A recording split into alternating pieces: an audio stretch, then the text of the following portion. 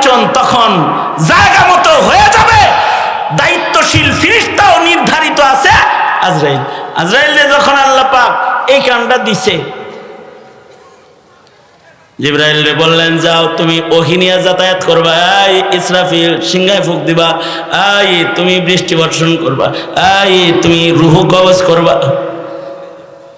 আজরাইল কিছুটা ইতস্ত হইছে, আল্লাহ এইরকম একটা কাম খালি লানত পামু মনে মনে ভাবতেছে, মানুষের রূহ কবজ করবো আর মানুষ আমারে ব্রত শোনা দিবে।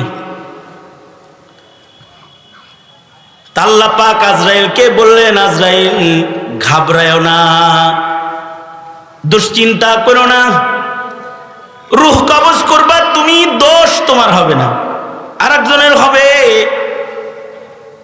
তুমি রূহ কবজ করবা কিন্তু মানুষ বলবে চাক্কাটা টিউবটা ভালো ছিল না, পাঞ্চার হয়ে গেছে, ব্রেক ফেল করছে, ড্রাইভারটা কাঁচা ছিল ঘুমায় পড়ছে,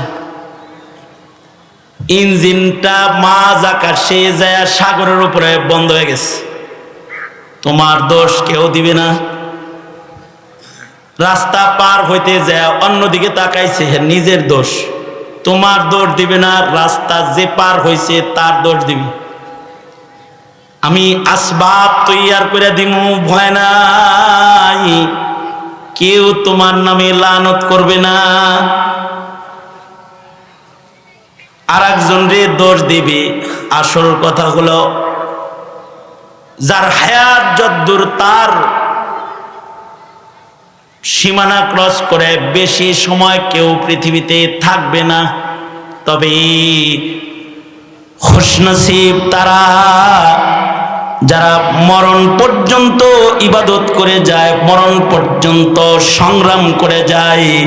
মরণ যদি ইবাদতের অথবা শাহাদাতের বানায়া ফেলায়, তারা মরণ দরজা দিয়া আল্লাহর জান্নাতে চলে যায়।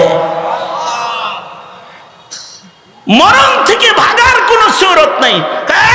শহরে থাকবো না, সাততলা ভাঙ্গা বললে শেষ, গ্রামে জমগা না, মরণ আসলে মরবেন, এর আগে না। তবে মরণ যেন ওয়াবুদু রাব্বাকা হাত্তা ইয়াতিয়াকাল ইয়াকিন, নিশ্চিত মরণ খালি জায়গায় আসবে, যখন এসে পড়বে মরণটা যেন গুনার রাজ্যে না হয়, ইবাদতের ফুল বাগানে হয়, সেই মেহনত করেন বাচ্চা যাবে।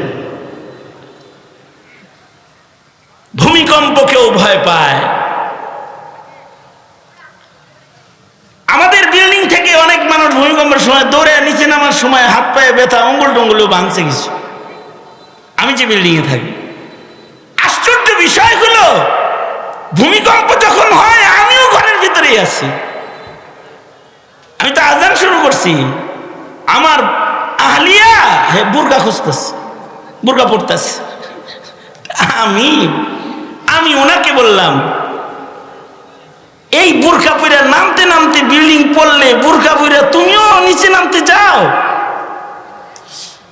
তার একটা কথা আমাকে, আমি নিজে বেকুব হয়ে গেছি। সে কয় না, বুরকা তো ভাগার জন্য পড়তেছি না, বিল্ডিং ধসে পড়লে না জানি ভূমিকম্প কঠিন হলে কার কি অবস্থা হবে, বুরকাটা পড়তেছি নিজেকে ঢাকার জন্য, যদি কিছু হয়ে যায় যেন নিজে আবৃত থাকি।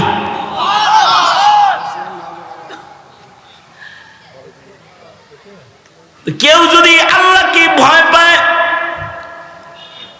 খোদা ভীরু গোলাম যারা হয়, মহান রব্বুল আলামিন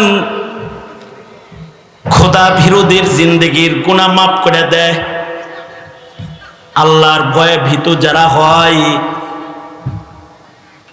তাদেরকে আল্লাহ পাক মাগফিরাত, রহমত, বরকত, জান্নাত, মায়া, মমতা সব দেয়, জান্নাতটাও দিয়ে দেয়।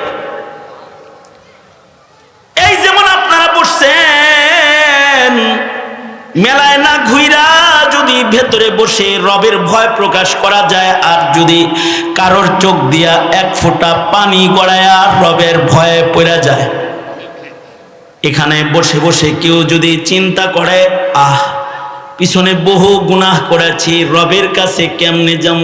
এখানে একটু তওবা করি। যদি কারোর চোখের কোণায় পানি জমা হইয়া যায়, দোজখ তার হারাম হয়ে যায়। আইনুন বাকাত মিন খাশিয়াতিল্লাহ, আল্লাহর ভয়ে কান্দা দেয়, ভেতে তার দোজখ মাগফিরাত, দোজখের থেকে মুক্তির জন্য এটা ওসিলা হয়ে যায়। কারোর যদি খোদার ভয়ে এখানে হৃদয় থেকে তওবা মনে মনে হয়ে যায়, তার তওবা সম্পর্কে তার ডান পাশে বাম পাশে কেউ জানে না, কিন্তু তার হৃদয়ে আল্লাহর ভয়, সে অতি সংগোপনে রবকে ডেকে বলেছে, আল্লাহ আমি আমার পেছনের গুনাহ থেকে এই মুবারক দারুল উলুমের জান্নাতের বাগানে বসে তওবা করছি, আর নামাজ ছাড়ব না, আর গুনাহ করব না, আর আমি বিপথে চলব না। বান্দার খোদার ভয়ের ইস্তিগফার, আত-তাইবু মিনাজ যামব কামান লা যামবা লাহু, তার এই ভয়টা তার জিন্দেগির গুনাহ মাফ করার জন্য ওসিলা হয়ে যায়। তওবাটা যদি আল্লাহর পছন্দের একটা ভয় ভীতিওয়ালা লজ্জাওয়ালা তওবা যদি হয়, তো মহান রব্বুল আলামিন গুনাহ লেখনেওয়ালা ফেরেশতাদের কলমের নিচের সব গুনাহ নিজের হাতে আল্লাহ তাআলা মুইছা দেয়। শুধু মুছে দিয়ে শেষ করে না, কুদরতি হাতে বান্দাকে আদর করে করে বলতে থাকে, নিরাশ হইস না, দেখ শুধু গুনাহ মুছি নাই, যে পরিমাণ গুনাহ ছিল তোর গুনাহকে নেক দিয়া পাল্টায়া আমল নামায় আমি নেকি উঠাইছি। তুই আমাকে ভয় পেয়েছিস, তওবা করেছিস।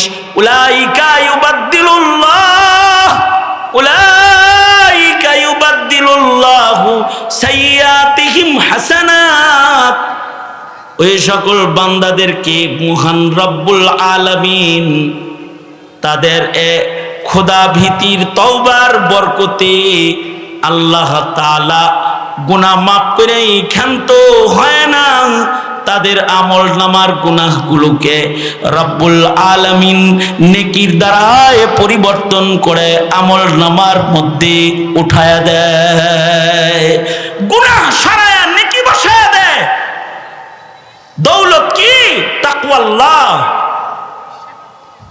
এ কারণে আল্লাহ পাক বলেন, ইয়া আইয়ুহাল্লাযীনা আমানুত্তাকুল্লাহ ইত্তাকুল্লাহ ইত্তাকুল্লাহ ইত্তাকুল্লাহ।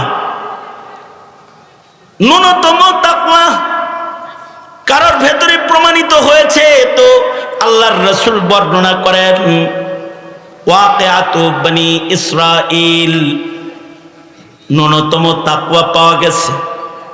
সারা জীবন কাফন চুরি করেছে, মরার আগে নিজের সন্তানদেরকে ওসিয়ত করছে, আমাকে আগুনে পোড়ায়া ছাই বানায় ফেলবা, আমরা যেন খুঁজে না পাওয়া যায়।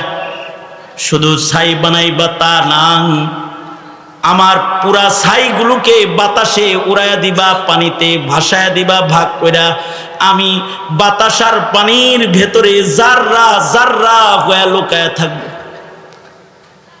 হাকিম মুহাম্মদ থানবী বলেন, লোকটা জাহিলুত তাকদীর, এই লোকটার বুঝ বুদ্ধি কম, যেমন বুঝ হইছে খোদার ডরে তেমন করতে কইছে। ছেলেগুলাও জাহিলুত তাকদীর, তাদেরও জ্ঞান বুদ্ধি কম। ছেলেরাও বাবার লাশকে আগুন দিয়া পোড়ায়া ছাই বানায়া দুই ভাগ কইরা অর্ধেক বাতাসে উড়াইয়া দিছে বুখারী, অর্ধেক পানিতে ভাসায়া দিছে। রব্বুল আলামিন বাতাসকে পানিকে আদেশ করলেন, এরে বাতাস, এরে পানি, তোর ভেতরে আমার একটা গোলাম লুকাইছে, তারে বাইর কর। বাতাস পানি আল্লাহর গোলাম, লুকাইত বান্দাকে বের করে দিয়েছে। আল্লাহ পাক বলে, এরে বান্দা, কি জন্য পালাইছিলি? বান্দা কয় আল্লাহ আপনার ভয় ছাড়া অন্য আর কিছু না, আমি আপনাকে ভয় পাই তাই এমন করেছি। রব্বুল আলামিন বলে আমার বান্দার এই ভয়ের কারণে আমি আমার বান্দাকে মাফ করে দিলাম, জিজ্ঞাসাবাদও দরকার নাই। ভয় ভীতি তাকওয়াল্লাহ, খোদা ভীতি। তবে তাকওয়াল্লাহর সর্বনিম্ন স্তর হলো গুনাহ না করা, আল্লাহর ভয়। আল্লাহর ভয়ে কেউ যদি গুনাহ ছেড়ে দেয় এইটাও তাকওয়াল্লাহ, এর বরকতে আল্লাহ পাক বান্দাকে কাছে টেনে নেয়। তার মানে ও ঈমানদারেরা ইত্তাকুল্লাহ, আল্লাহকে ভয় করো, তার মানে তোমার জীবনের সব গুনাহকে তুমি বর্জন করো।